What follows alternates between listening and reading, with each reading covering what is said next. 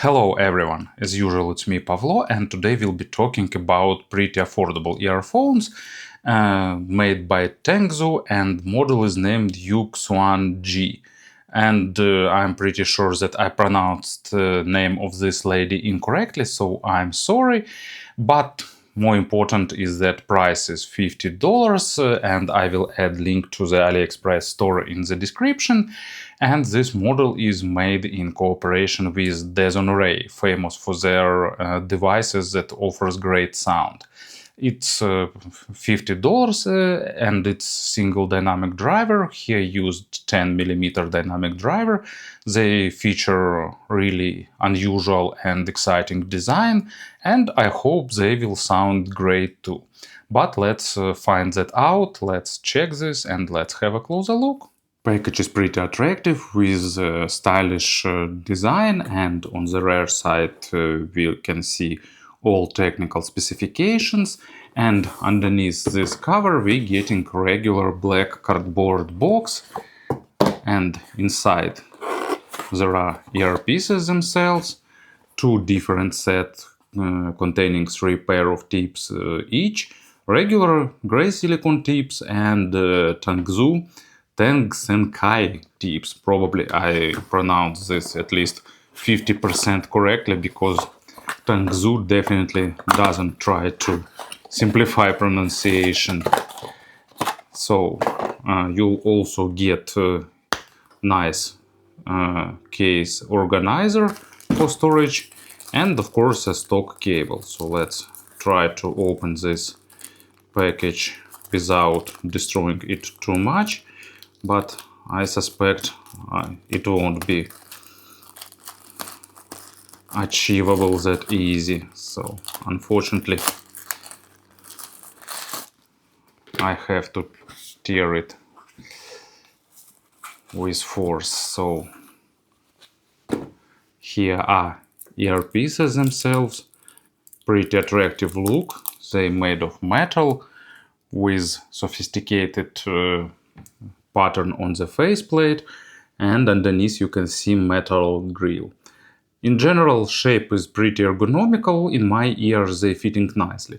Size is not big, and at the same time there are no rough edges or something to irritate ears. Spouts have average length, so sound isolation is also about average or even a bit less. They have a pleasant heaviness, typical for the metal shells, but not too heavy to impact the wearing comfort.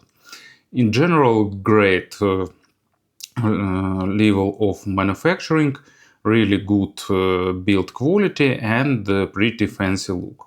But that's what we usually expect from Tangzu models. They often offer really great designs. And stock cable, of course, it's made replaceable. Here used 2-pin connectors, no recessed sockets or something like that, so they fitting flush with shell. You can see it. And stock cable, pretty decent in terms of sound quality and average in terms of ergonomics. It's a bit prone to tangling, but not too much, and also it's average in terms of softness. Not too stiff, but also not super soft. There is a slight microphonic effect when you're wearing it, but thanks to the ear hooks it's pretty well reduced. So it looks pretty durable and not getting hard when it's cold outside.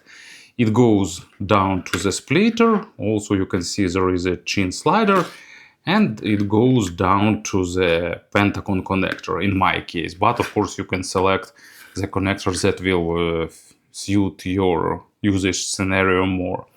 So in general, build quality and design is great, and I really like Tangzu approach to creating the exterior for their models. sonic tuning of this model oriented towards the audience between, let's name these groups, audiophiles and casual listeners. They are not super bass heavy, but at the same time they are not analytical and natural. So their goal is to entertain you and not overwhelm you with amount of small nuances and details. But at the same time, they still show pretty decent technicalities, but of course without overdoing that. And they are V-shaped, but also without some overdone or some extremes. Probably let's speak about everything step by step, but as usual, I will highlight that for these earphones, it's pretty important to find the tips that will provide you the best possible fit. It's important for all earphones, of course, but usually with dynamic drivers, improper seal makes results absolutely terrible. Not sure why it happened, but it's just my experience. So, bass go to maximum depths. It's not overwhelmingly rumbly or super fast, but at the same time resolution is normal. It's accented, but not at bass head levels. Main accent is made on the mid bass, but deeper layers of bass are also present. So it builds nice foundation for the whole tune, but at the same time not trying to push your eardrums out of your eye sockets like some bass heavy models do. And actually I like this type of tuning where you're getting nice amount of weight, you're getting nice kicks, but at the same time bass is not trying to dominate or to grab your maximum attention, and that gives you realistically sound instruments. They lacking a bit of small nuances, of course, but for this price range it's more of nitpicking in my opinion. And first example, it's Michael Jackson, Smooth Criminal. I like this track, it's really enjoyable. It has a great bass line, and it has a lot of different instruments, nice contrast between pretty high-pitched vocals and bass line, and contrast between bass line and all that instruments and percussions and all that tons of small features that are present in this record. I still miss the times when pop music was that creative and imaginative. Bass transitions smoothly to the mids, and lower mids are slightly colored with additional weight. So it gives a bit of extra body to some instruments that hitting lower mids area, and also sometimes a bit highlighting deep male vocals, but not too much. Resolution is, I'd say, average. It has all necessary details, but they're not focused. There is no big bump in the presence area here, so upper mids are not forward, so there is no extra sharpness added, just probably the amount of sharpness that is present in the record you'll get. And overall it's pretty musical and coherent type of tuning, slightly probably relaxed, but not too much. In general, really engaging and suitable for the long listening sessions. Imagery stage is above average, but actually not as big as I expected reading about this open back design. In general, actually, it's not that open back, probably there is some damping inside, because I didn't notice any significant worsening of sound isolation despite of these grills, so they still isolate pretty decently. So above average width, but not super wide, and about average depth. Probably not the biggest stage, but at the same time pretty nicely built. They are not critical for the quality of records, but still better material will give you better results. Everything as usual. And as an example, it's Merciful Fate, Come to the Sabbath. And for this track, I'd prefer a bit sharper representation, but in general, guitars still sound pretty fun and pretty aggressive, and vocal sounds really nice. But vocal here, of course, is definitely not among the lowest male voices. So probably subjectively I'd prefer a bit more aggression here. But if you don't like aggressive and forward signature, it's a good option for you. And the treble is also not super sharp, except of one peak at the 8 kHz area. So it really depends on track. With some tracks, when cymbals are hitting this area, they can sound a bit splashy, but to my ears, it's not crossing the comfortable limit. But it's also a matter of your subjective sensitivity for the high frequencies here. But in general, treble has about average extension, not super airy, but with nice and realistic attacks and decays.